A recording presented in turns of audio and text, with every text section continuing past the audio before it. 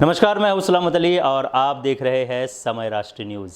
महाराष्ट्र में लगातार महिलाओं के दुष्कर्म के मामले सामने आ रहे हैं और लगातार बढ़ रहे हैं। इस पूरे मामले को लेकर पूरे महाराष्ट्र में चिंता की जा रही है और साथ ही साथ बैठक पे बैठक हो रही है कि आखिर इसे किस तरह से निपटा जाए।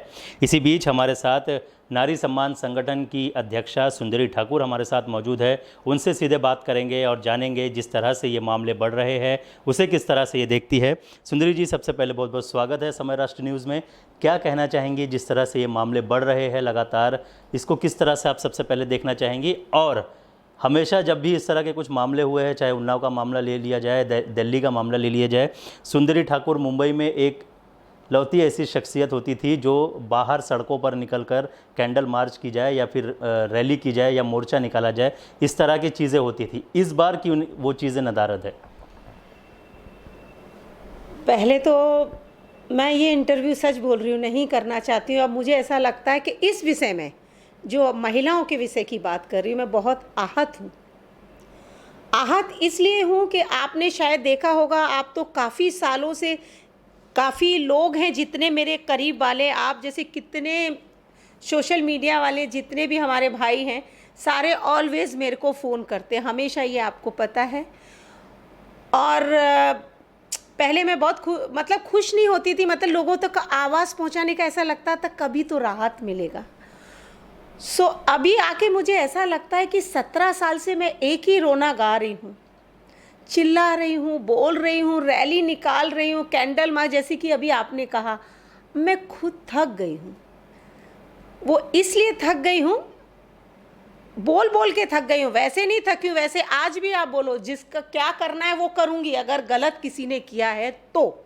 लेकिन इससे मैं इसलिए आहत हूँ, सेंटर से लेके और ओवर और अपने महाराष्ट्र में तो मैं रहती हूँ, तो सबसे ज़्यादा मैं महाराष्ट्र में बहुत ज़्यादा आहत हुई हूँ। मतलब आपको मैं शब्दों में बयां नहीं कर सकती हूँ, क्योंकि जो महाराष्ट्र में हम बहुत गर्व से कहा करते थे, कहीं भी ऐसा होता था, देखा सलामा जी, हमारे बॉम्बे में हम लोग कितना सुकून का लाइफ जीते हैं, आज वो हम नहीं कह सकते। पहले हम यूपी का, दिल्ली का कैसे हो जाता है, क्यों हो जाता है, इतनी बड़ी सिटी में क्यों ध्यान नहीं देते हैं, क्यों सेंट्रल ध्यान नहीं देती है, क्यों वहाँ के स्टेट यूपी का ध्यान नहीं देता है। अब मेरे पास ये शब्द बंद हो गए हैं, मैं डिबेट नहीं कर सकती यूपी वालों से। पहले मैं भर के डिबेट, आपको याद होगा कि हमने मुलायम सिंह जी को डिबेट में मैंने उनकी बोलती बंद कर दी थी, क्योंकि मैं बहुत सुरक्षित थी। मैं यानी कि मेरी जितनी भी महिला हैं, बच्चियां हैं, एज अ लेडी। लेकिन अब जो महाराष्ट्र के हालात हुए हैं, ये आई थिंक सो 1 ईयर में हुआ है, पहले इतना नहीं था। ठीक है, इतना बड़ा महाराष्ट्र है, कहीं कुछ ना कुछ होता है तो चलो ठीक है, उस बात को हम थोड़ा बहुत सुन लेते थे, वो भी 6-8 महीने साल में।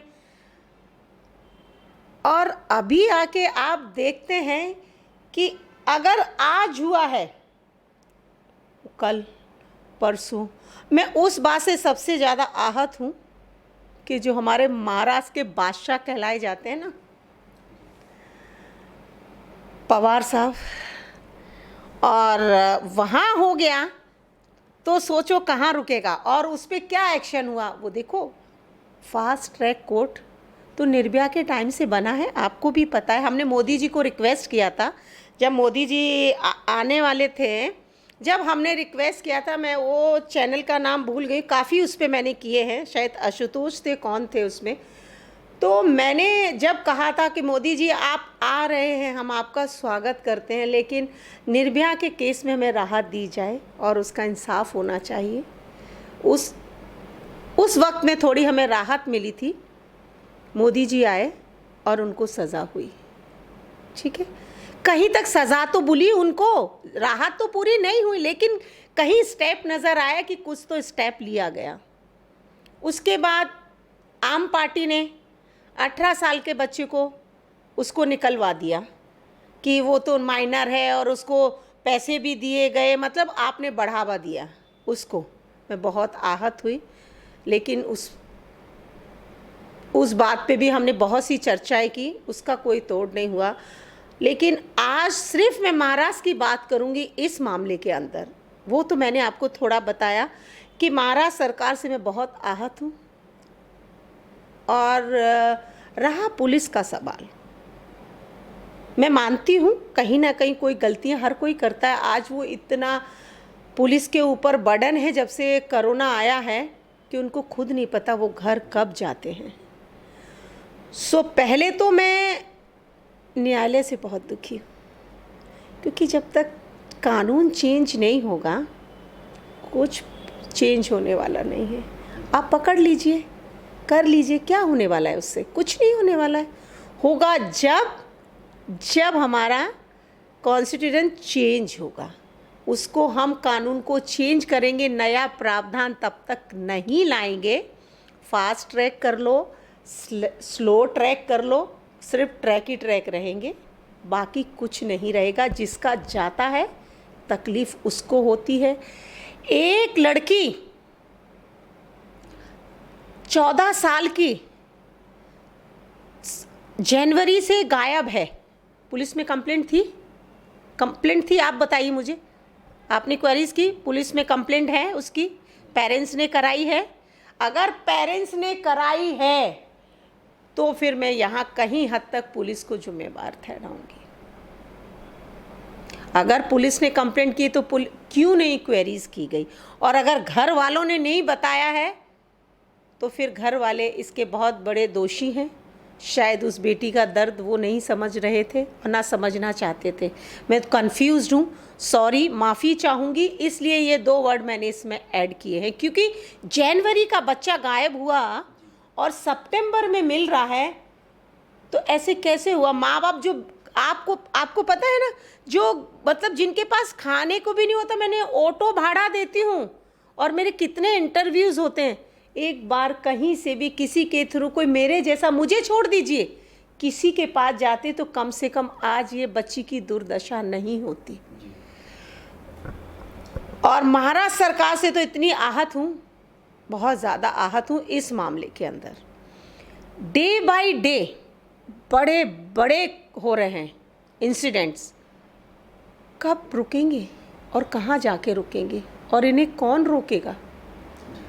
जब आप सत्ता में बैठे हैं, आप नहीं कर सकते, हम तो बोल सकते हैं, कह सकते हैं।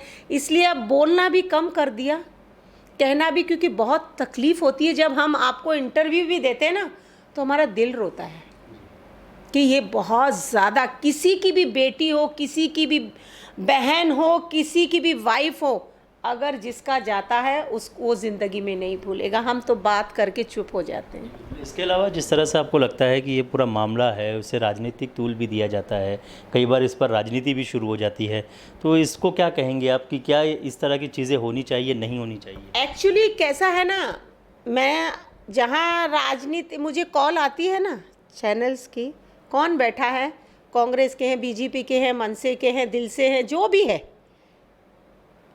मैं कह देती हूँ भाई वहाँ इतने बड़े लोगों में मेरा क्या काम है? उनके आगे मैं क्या बोल पाऊँगी? बोल को बहुत पा सकती हूँ, लेकिन वहाँ राजनीति चालू हो जाती है। मेरी नीति गिनती में नहीं आती है, वो अपने आप को लड़ने लगते हैं। एक ज़िंदगी में ये कुर्सी वालों ने सिर्फ एलिगेशन ही आपस में लगाना सीखा है, समाधान का कोई इनके पास खुद तोड़ नहीं है। इसके अलावा महाराष्ट्र सरकार के जिस तरह से जिक्र किया आपने, पुलिस का जिक्र किया, एक अच्छी खबर उनके लिए भी है। महाराष्ट्र सरकार ने जो महिला पुलिस कांस्टेबल होती है, जब महिला पुलिस है, उनके लिए एक राहत की खबर दी गई है कि अब उनकी ड्यूटी जो है, जो पहले 14-15 घंटे वो ड्यूटी करते थे, अब उन्हें 8 घंटे ड्यूटी करनी पड़ेगी। इसको किस तरह से देखते हैं? ओहो, सुपर धमाका है ये तो। ये महाराष्ट्र सरकार ने उनको दिवाली सुपर धमाका दिया है। एज अ महिला इस बात की फीलिंग मैं समझ सकती हूँ कि महिला की सारी जिम्मेवारियाँ होती हैं, घर भी उसको देखना है, बच्चे भी उसको देखना है, ड्यूटी भी उसको देखनी है, अपने आप को तो वो देख ही नहीं पाती है। मेरी बहुत फ्रेंडें हैं, उनको इवन आईब्रोज बनाने का टाइम नहीं है, यू बिलीव।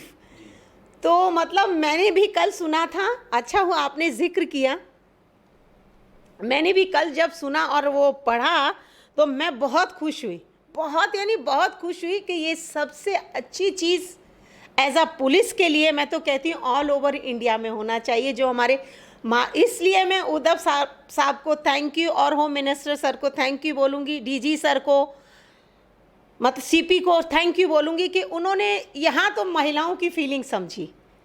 सर मैं आपको सल्यूट करती हूँ इसके लिए, बट फिर वहीं आ जाती हूँ, उसके लिए बहुत आहत हूँ। जो आज ये घटनाएं हो रही हैं, डे बाय रेप पे रेप हो रहे हैं, 14 साल की लड़की, 6 साल की लड़की, मतलब और एक नहीं 10 लोग, 20 लोग, मतलब क्या है ये? इसका कोई तो तोड़ कब निकलेगा, कब निकलेगा आप बताइए मुझे। इसका तोड़ जरूर निकलना चाहिए, और जिस तरह से सरकार दावा कर रही है, तोड़ निकलेगा नहीं, हम टूट रहे हैं। एक जैसे टूटता है ना आदमी एक एक करके, ऐसे हम टूट रही हैं महिलाएं बॉम्बे की। मैं ये आपको सच बता रही हूँ, मुझे इतने कॉल आए, दीदी ऐसे कैसे हो रहा है, चलो चलते हैं सीएम साहब के यहाँ, वहाँ। भैया मेरे को कहीं नहीं जाना, मैं रिक्वेस्ट शुरू से करती आई हूँ और वही करूँगी ना। तो मुझे पता है ना धरना प्रदर्शन होके क्या होने वाला है, मुझे उठा के और पुलिस स्टेशन ले जाएगा, एक केस और कोर्ट में और जाऊँ, अपनी सफाई और पेश करूँ। तो वो काम आपको पता है, शायद लाइफ में 17 साल में कोई धरना प्रदर्शन नहीं किया कि मुझे कोई आए। वैसे भी पुलिस को पता लगता है, अगर मैं थोड़ा सा ऐसे बोल भी दूँ मैं धरना प्रदर्शन करूँगी, तो तुरंत उनकी कॉल आ जाती है, मैडम आप आइए, आपका पूरा सल्यूशन होगा। तो इस बात में मैं ऑलवेज मुंबई पुलिस को सल्यूट करती हूँ कि कभी मुझे ये नौबत नहीं आई, लेकिन ये चीज़ उनके हाथ में नहीं है। पुलिस आपको लाके दे देती है आरोपी, ठीक है, ये गलत है कि इतने दिन से है तो ये क्यों नहीं हुआ, लेकिन वो एविडेंस लाके दे देती है, आरोपी लाके दे देती है, वो आपका कोर्ट के ऊपर है। आपकी जुडिशरी क्या कर रही है, क्या उनको पनिश कर रही है, उनके हाथ वहीं तक रहते हैं, उसके आगे वो चले जाते हैं। तो वो आहत हूँ। मैं महाराष्ट्र गवर्नमेंट से ये अपील करना चाहूँगी, और मैं 3-4 अभी इंटरव्यू हो चुके, सब में एक ही चीज़ कह रही हूँ। मैं महाराष्ट्र सरकार से अपील करना चाहूँगी कि प्लीज़ सर आप ही निकलवा लीजिए इसका सल्यूशन, कोई स्टेट नहीं निकल पाए। कम से कम मैं गर्व से फिर ये तो कह पाऊँगी कि मेरे महाराष्ट्र से चालू हुआ है, आप भी आपके स्टेट में चालू कीजिए। तो ये तो मुझे मौका दे दीजिए सर, एक मौका तो आपने मेरा, इतने सालों से मैं गर्व से कहती, मैं महाराष्ट्र में रहती हूँ, मेरे महाराष्ट्र में अगर ऐसा हो तो वही कि मैं लोग उसको क्या कर देंगे कुछ पता नहीं, लेकिन मेरे शब्द सर, मेरा मुंह सिल चुका है, शब्द बंद हो गए हैं। कम से कम ये तो कम से कम मुझे बोलने का मौका फिर से दे दीजिए कि हमने गुहार लगाई थी और हमारी सरकार ने वो सुना। आप ही ये करवा लीजिए, अपने स्टेट में करवा लीजिए, बाकी का फिर हम दूसरे स्टेट को कह सकते हैं। मैं मेरा घर संभालूंगी तो दूसरे का घर देखूंगी। इसके अलावा जिस तरह के जो माहौल अभी चल रहे हैं, कोरोना का माहौल चल रहा है, जिसको लेकर वैक्सीन को लेकर ज़्यादा फोर्स किया जा रहा है, फोर्स नहीं कहना चाहूँगा, जोर दिया जा रहा है कि वैक्सीन लिया जाए लोगों का, लेकिन इसी बीच कोवैक्सीन का एक मुद्दा जो है वो सामने आया है कि जो लोग कोवैक्सीन ले रहे हैं उन्हें विदेश में एंट्री नहीं मिल रही है। इसे किस तरह से आप देख रही हैं? ये आपने बहुत अच्छी मेरी दुखती तक पे हाथ रख दिया, और लोग 1-1.5 महीने से मेरे पीछे पड़े हुए हैं। अभी जो पेरेंट्स के बच्चे एक्चुअली बाहर हैं तो वो आ नहीं सकते, और पेरेंट्स जा नहीं सकते इंडिया से, जिन्होंने वो जा रहे हैं जो जा सकते हैं, जिन्होंने कोवैक्सीन लिया है उसे बाहर जाना अलाउड नहीं है, आउट ऑफ इंडिया। सो ये तो हमारी गवर्नमेंट को सोचना चाहिए कि ऑल ओवर इंडिया के बच्चे स्टेट में बाहर ही आजकल बच्चे पढ़ रहे हैं, जॉब कर रहे हैं, हर स्टेट का बच्चा, छोटे से छोटे गांव के बच्चे आजकल फॉरेन में जा रहे हैं।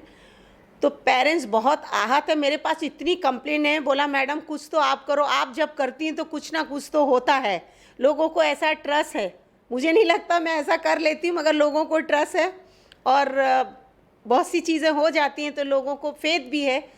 तो मैं मोदी जी से ये रिक्वेस्ट करना चाहूँगी कि सर ये क्योंकि ये स्टेट का काम है, सॉरी सेंट्रल का काम है, स्टेट का काम नहीं है ये, तो ये मैं सेंट्रल से कहना चाहूँगी, मोदी जी से कहना चाहूँगी, अमित शाह जी से कहना चाहूँगी कि सर आपको पता है ऑल ओवर इंडिया के बच्चे फॉरेन में रहते हैं, पेरेंट्स को 2-2 साल हो गया, किसी को 3 साल हो गया, उससे पहले बच्चा नहीं आया है तो 3 साल हो गया है, वो बहुत मतलब परेशान है कि वो कैसे जाएं। वो इसलिए कि वहाँ अभी सारे जॉब खुल गए हैं तो अब उनको छुट्टियाँ नहीं मिल रही हैं, बच्चों को 2 साल के बाद खुला है तो नो वेकेशन, तो वो भी नहीं आ सकते, चाहकर वो आ सकते हैं लेकिन वो इसलिए नहीं आ सकते। और पेरेंट्स जाना चाहते हैं तो जिन्होंने कोवैक्सीन लिया है उनको अलाउड नहीं है। तो ये तो गवर्नमेंट को पहले सोच लेना चाहिए या बता देना चाहिए। जब भी समझो मैंने वो इंजेक्शन लिया तो मुझे बता देना चाहिए कि मैडम आपका अगर कोई बाहर रहेगा तो अभी अप्रूवल नहीं है, तो आप सोच के लीजिए।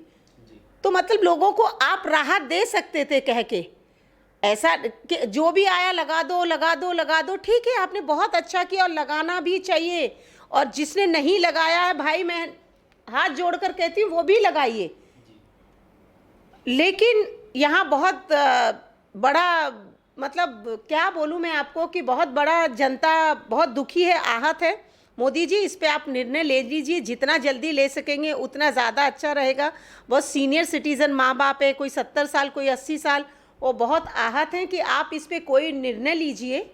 कोवैक्सीन को आप अप्रूवल दीजिए और उसे लाइए और जनता को बताइए। प्लीज़ मेरा निवेदन है आपसे, इस बात पे गौर कीजिए। ये भी बहुत बड़ा मुद्दा है, छोटा नहीं, बहुत बड़ा मुद्दा है और लोग बहुत परेशान हैं इसके लिए। इस कोरोना की बात निकली है तो जिस तरह से पिछले दिनों देखा गया है कि डॉक्टर्स जो है वो सबसे अच्छा रोल निभा रहे हैं। कई ऐसे डॉक्टर्स हैं जो न जाने कितने महीनों से अपने घर नहीं गए हैं, सिर्फ लोगों की सेवा कर रहे हैं और सिर्फ सेवा कर रहे हैं। लेकिन इसी बीच कुछ ऐसे डॉक्टर्स के केसेस भी सामने आते हैं जहां पर फीस को लेकर जो है वो एक तरह से लूट चल रही है।